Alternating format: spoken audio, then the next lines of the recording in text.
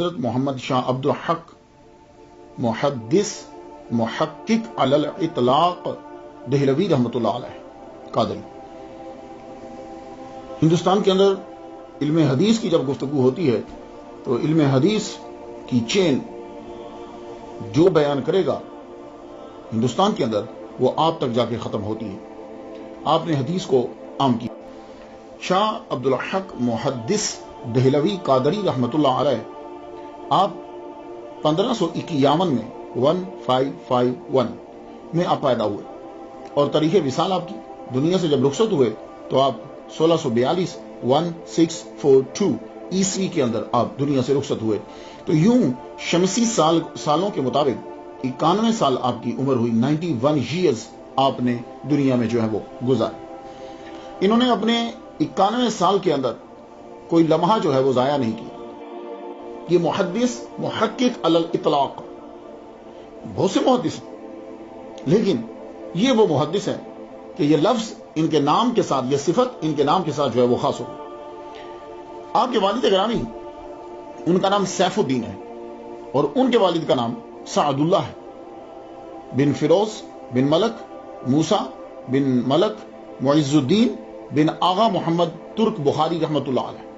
یہ جو آغا محمد ہے نا، یہ ہیں وہ پہلے اس فیملی کے اندر کہ جنہوں نے بخارا سے جو ہے وہ ہجرت کی اور وہ انڈیا کی طرف جو ہے وہ آئے، انڈس انڈیا کی طرف جو ہے وہ بھارت کی طرف تشریف لائے. آغا محمد، یہ جو آغا محمد ہیں ان کے اندر وہ تمام خوبیاں تھیں جو ایک اچھے انسان کے اندر ہونا چاہیے. انہوں نے سب سے پہلے جو ہے وہ ہجرت کی.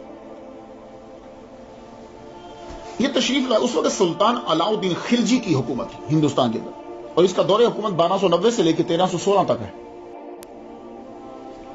تو انہوں نے آ کر گجرات میں قیام کیا، انڈیا کے گجرات میں آ کر قیام کیا. شیخ سیف الدین، اس کا نام سیف الدین رکھا، سیف الدین کے نام سے مشہور ہوا. تو سیف الدین جو ہیں یہ دہلی کے اندر 1514 عیسوی کے اندر پیدا ہوئے. رسالہ وصیت میں محدث دہلوی خود لکھتے ہیں، نظر اورا تاثیر بود ہر کے رابع عنوان محبت نظر نہیں کر بقدر استعداد و مناسب حال اثر قبول نہیں آور. ان کی نظر میں بڑا اثر تھا. جب کسی پہ نظر ڈالتے تھے تو اپنی استعداد کے مطابق جو ہے وہ اثر قبول کر لیتے. تو ان کے ہاں 1551 میں اللہ تعالیٰ نے انہیں بیٹا دیا اور وہ بیٹا جو پیدا ہوا اس کا نام محمد اور وہ بعد میں شاہ عبد الحق محدث دہلوی رحمۃ اللہ علیہ کے نام سے مشہور ہوئے. پتہ رسول کیا. تو کچھ بات سمجھ میں آ گیا کہ آغا محمد جو ہے وہ بخارا سے ہجرت کر کے آئے. ان کی نسل سے جو ہے وہ یہ ترکی ہیں، ان کی نسل ترک ہیں، ان کی نسل سے جا کے شاہ عبد الحق محدث دہلوی رحمۃ اللہ علیہ پیدا ہو.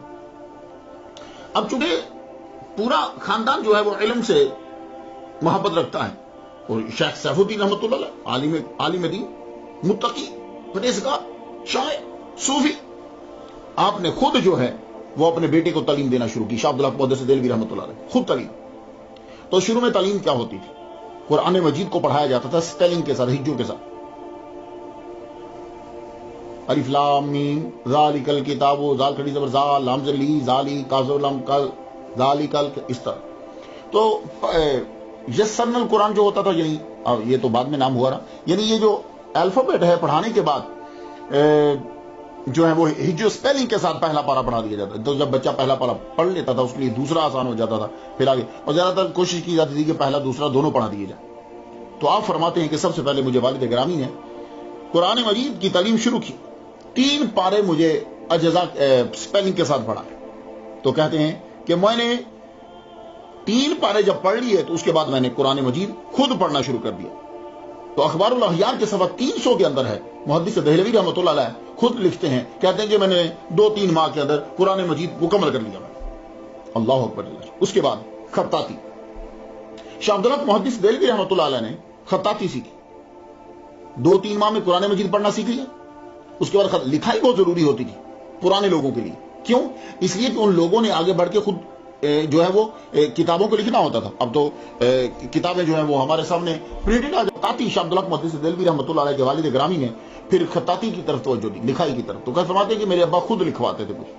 تو 1 ماہ کے اندر شاہ عبد الحق محدث دہلوی رحمۃ اللہ علیہ نے لکھنا سیکھ لی. اب والد گرامی نے توجہ دی کہ میں اپنے بیٹے کو کیا پڑھاؤں.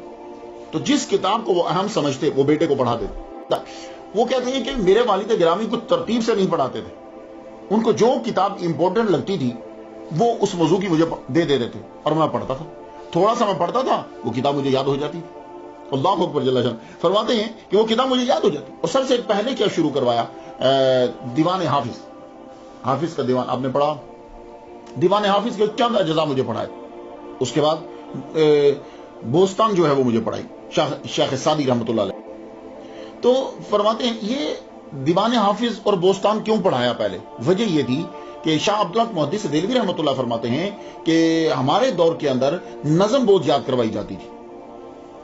جب مدرسہ میں بچہ پڑھنے کے لیے جاتا تھا تو جن کتابوں کے اندر نظم ہوتی ہے, اشعار ہوتے ہیں, وہ زیادہ پڑھائے جاتے تھے. لیکن میرے والد گرامی نے مجھے دیوان حافظ کے چند اجزاء اور بوستان جو ہے یہ مجھے پڑھائی. اس کے بعد نظم ختم کر دی. پھر جو ہے اس کے بعد میزان, مصباح اور کافیہ, یہ والد گرامی نے شاہ عبدالحق محدث دہلوی رحمۃ اللہ کو پڑھایا. تو شیخ عبدالحق محدث دہلوی رحمۃ اللہ علیہ فرماتے ہیں کہ جس کتاب کو میں پکڑتا تھا کچھ تھوڑا سا پڑھتا تھا, اس کے بعد وہ ساری کتاب میں خود ہی پڑھ لیتا تھا اور وہ مجھے یاد ہو جاتی. تو 12-13 سال کی عمر میں شرح شمسیہ, شرح عقائد پڑھ لی. 15 سال کی عمر میں مختصر مطول سے فارغ ہوئے. تو فرماتے ہیں جو کتاب ملتی میں پھر پڑھنے لگ جاتا. جو